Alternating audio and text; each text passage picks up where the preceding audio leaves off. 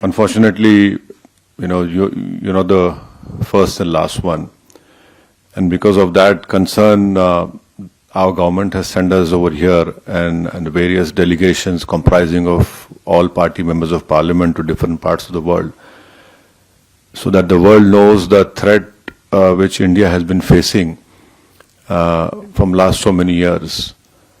And unfortunately, we have lost huge amount of human lives. Innocent people have been killed. And the fact of the matter is that this problem emanates from Pakistan only. Unless and until Pakistan stops promoting, aiding, sponsoring all these terrorist groups, this issue will not go away. And India has exercised utmost restraint in dealing with this problem. I don't want to reiterate what the head of my delegation, my honorable good friend Jay Panda has said. But please understand that India has exercised utmost restraint. Even after the Pahalgam attack which took place, in which 26 tourists have lost their lives. And please, understand the enormity of this massacre which took place. A girl which got married 6 days ago, on the 7th day she becomes a widow. A girl which got married 2 months ago, she becomes a widow.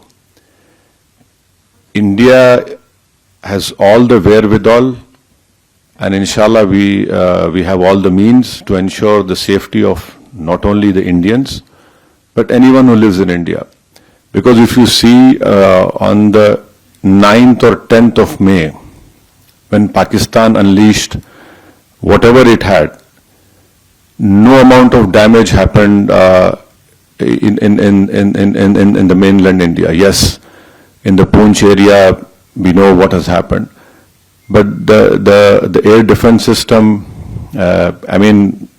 what has been said by the government in the media is that all our technology, all our warfare was able to stop whatever was thrown from a failed state like Pakistan. You're absolutely right, a bomb blast took place in Rameshwaram. Those culprits have been caught. And let me also remind you that the 26/11 incident which took place in Mumbai, Ajmal Kasab was caught. Ajmal Kasab was given all the due process of the law, wherein Ajmal Kasab went through all the legal process of our country, and ultimately the court gave him the punishment. Even after that, the Indian investigators gave all the evidences which was required to the Pakistani government. They had given proofs, audio recordings, and can you believe at that time when this 26/11 incident took place, the Pakistan foreign minister was in India. So this is a state which is not at all connected. It is not at all concerned about the safety and what the message that goes out. But unfortunately, because of Pakistan's intransigence, that trial didn't go further up. But when Bahrain was heading the FATF committee and Pakistan was put in the grey list, that trial proceeded. And after that, Pakistan came out of grey list, and unfortunately those people were convicted only in money laundering, not in terrorist charges. And there was a UN designated terrorist called Zakiur Rahman Lakhvi. I don't know where in the world the prison system is such that Mr. Zakiur Rahman is a designated terrorist, and by being in prison, his wife gives birth to a child. Now this is what Pakistan's legal system or the support of the state is concerned. So I can only assure you, with all the responsibility, that our government has taken all the steps to protect the life and limb of every Indian, and this government has made very clear, you next time you take up this misadventure, it will be beyond what they are expecting.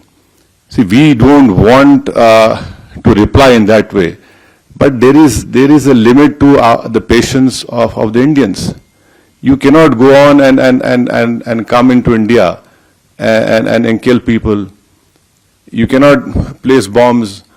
The first terrorist suicide bomb took place in front of Jammu Kashmir Assembly. And you had Uri, Pulwama, and last year in July, terrorists had went and shot these Hindu pilgrims who were going in that particular bus. 7 people were killed. So now I think there is unanimity in our country, irrespective of whatever political affiliations we belong to. Yes, we have our political differences, but when it comes to the integrity of our country, it is high time that the neighboring country understands. And I would hope and request that the Bahraini government would help us in bringing back Pakistan grey list of FATF. Because this money has been used to support those terrorists. And I'm sure our chairman, my friend Jay Panda must have told you that when we had bombed those 9 terrorist sites, especially Bahawalpur of LET, how is it that a designated terrorist is offering namaz-e-janazah of those people? I mean, there is a limit to this shamelessness. So you can be rest assured, and your family is our family. We understand your concern, but inshallah, hopefully, we will see the end of this menace very soon.